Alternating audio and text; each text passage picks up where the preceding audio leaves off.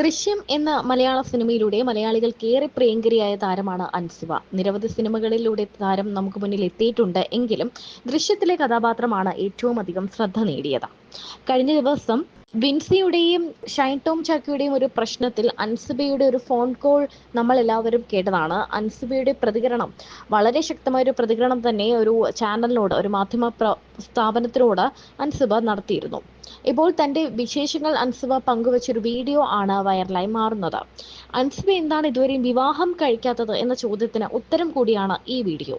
വരുന്നില്ല കേട്ടോ, അഞ്ചു അഞ്ചു എത്രയോ നാൾ കുറെ പേര് അഞ്ചു എന്ന് വിളിക്കാറുണ്ട്. പുറത്തേക്ക് പോകുമ്പോ അഞ്ചു ചേച്ചിയല്ലേ അഞ്ചു ചേച്ചിയല്ലേ എന്ന് ചോദിക്കും. എനിക്ക് അങ്ങനെ അഞ്ചു അഞ്ചു, ഞാൻ പഠിച്ച അൻസിബ ഹസൻ അങ്ങനെ പഠിച്ചു വെച്ചേക്കണായിരുന്നു. കാരണം എനിക്ക് അഞ്ചു അഞ്ചു ശരിക്കും എന്റെ പേര് അൻസിബ എന്ന് മാത്രമേ ഉള്ളൂ കേട്ടോ.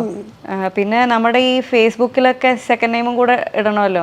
അപ്പോൾ എന്റെ സെക്കൻഡ് നെയിം ഞാൻ ഫാദറിന്റെ പേര് ഇട്ടു, അൻസിബ ഹസൻ. ഒഫീഷ്യലി അൻസിബ എന്ന് മാത്രമേ ഉള്ളൂ. അപ്പോൾ അങ്ങനെ കണ്ടപ്പോൾ എൻ്റെ പടം ഇറങ്ങി കഴിഞ്ഞപ്പോൾ എൻ്റെ ഫേസ്ബുക്ക് പേജ് നോക്കിയപ്പോൾ അൻസിബ ഹസൻ എന്ന് കിടക്കുന്നുണ്ട്. അങ്ങനെ പിന്നെ എല്ലാവരും അൻസിബ ഹസൻ.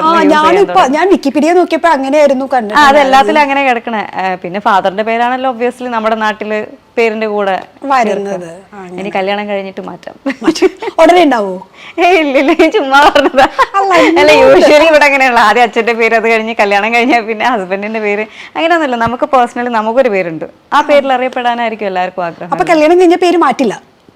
പേര് മാറ്റും, കൂടെ സർനെയിം ചേർക്കൂല? അങ്ങനെ അതൊന്നും അറിയില്ല. അപ്പൊ ചിലപ്പോ ഇഷ്ടത്തിന്റെ ഒരു പീക്കിലൊക്കെ നിൽക്കുമ്പോ അവർക്ക് എന്നാ പിന്നെ പേര് മാറ്റിയേക്കാം ചിലപ്പോ തോന്നിയാൽ അത് പ്രെഡിക്റ്റ് ചെയ്യാൻ പറ്റില്ല. അങ്ങനെ റിലേഷൻഷിപ്പിലാണോ ഇപ്പൊ? ഇല്ലില്ല. എന്നാലും ഇല്ലില്ല, ഞാൻ പറഞ്ഞതാ. അതിപ്പൊ ഞാനില്ല ഇല്ല എന്നൊക്കെ പറഞ്ഞിട്ട് പിന്നീട് ഞാൻ ആ കല്യാണമൊക്കെ കഴിച്ച് ഹസ്ബൻഡിൻ്റെ അടുത്ത് ഇത്തിരി ഭയങ്കര സ്നേഹമൊക്കെ കൂടി നിൽക്കുന്ന ഒരു ടൈം ആണെങ്കിൽ എന്നാ പിന്നെ ഹസ്ബൻഡിന്റെ പേരൊക്കെ ചേർത്തേക്കാന്ന് തോന്നിയാലോ. അപ്പൊ അന്നത്തെ ഇന്റർവ്യൂ വൈറൽ കട്ട്സ് ആയിട്ട് ഇങ്ങനെ പോകും. വൈറൽ കട്ട്സിന്റെ മാത്രമല്ല, അങ്ങനെ എന്തായാലും അങ്ങനെ പോസിബിലിറ്റി ഉണ്ടല്ലോ അങ്ങനെ ചിലപ്പോൾ നടക്കാൻ. അപ്പൊ പിന്നെ ഞാൻ എന്തിനാ വെറുതെ ഇല്ല എന്നൊക്കെ ഞാൻ അത്ര കോൺഫിഡന്റ് ആയിട്ട് പറയാൻ എനിക്ക് പറ്റൂലല്ലോ, അതുകൊണ്ട് പറയാത്ത. അത് മാത്രമല്ല, നമ്മൾ എന്തെങ്കിലും പറഞ്ഞു കഴിഞ്ഞാൽ പിന്നെ അത് ചെയ്തു കഴിഞ്ഞാൽ ഇവരത് എടുത്ത് കുത്തിപ്പൊക്കി ഇടുകയും ചെയ്യും. അന്ന് അൻസിബ അങ്ങനെ പറഞ്ഞായിരുന്നു, എന്നിട്ട് ഇപ്പൊ പേര് മാറ്റിയെന്ന് പറഞ്ഞു. പിന്നെ ഒന്നും ചെയ്യാൻ പറ്റൂല. നമുക്ക് ഇതേമാതിരി നമുക്ക് പലതും നമുക്ക് കീപ്പ് ചെയ്യാൻ പറ്റില്ല. മാക്സിമം കീപ്പ് ചെയ്യാൻ പറ്റുന്ന കാര്യങ്ങൾ പറയാ, അല്ലാത്തത് പറയാതിരിക്കാൻ ഞാൻ ശ്രമിക്കാറുണ്ട്. അങ്ങനെ ഇപ്പൊ പറഞ്ഞില്ലേ കുറച്ച് ഹൈപ്പർ ആവത്തില്ല എന്ന് പറഞ്ഞില്ലേ, ഇൻട്രോവേർട്ട് ആണോ? ഞാൻ ഇൻസ്റ്റാഗ്രാം നോക്കിയപ്പോ ഹാപ്പി ടു ഇൻട്രോവേർട്ട് എന്ന് പറഞ്ഞിട്ട് കണ്ടായിരുന്നു. Happily being introvert. അതെ. അതെന്താന്ന് വെച്ചാല് ഞാൻ അധിക പേരെയും കണ്ടിട്ടുള്ളത് എപ്പോഴും ഗ്യാങ് ആയിട്ട് നടക്കുന്നവരാണ്.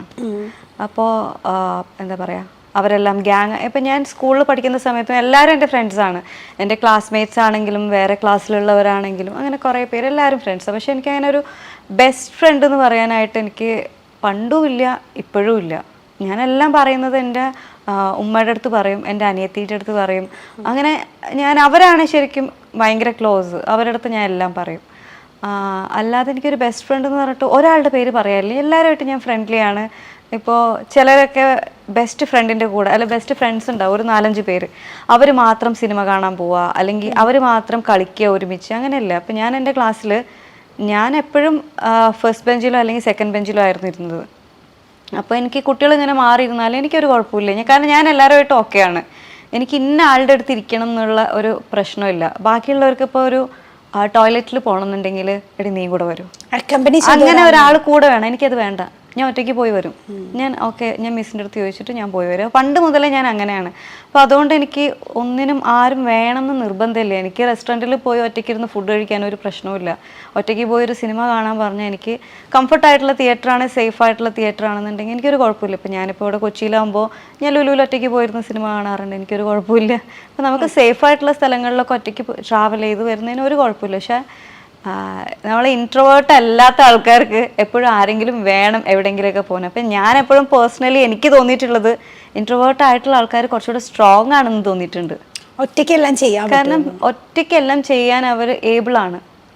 ആരും ഒരാളുണ്ടെങ്കിലേ അത് ചെയ്യുള്ളൂ എന്നുള്ള സാധനം ഇല്ല. അപ്പം എനിക്ക് അങ്ങനെ തോന്നിയിട്ടുണ്ട്. തെറ്റാണെന്ന് അറിയില്ല, എനിക്കങ്ങനെ തോന്നിയിട്ടുണ്ട്. അപ്പോൾ ഫ്രണ്ട്സ് ഒക്കെ ഭയങ്കര കുറവാണോ?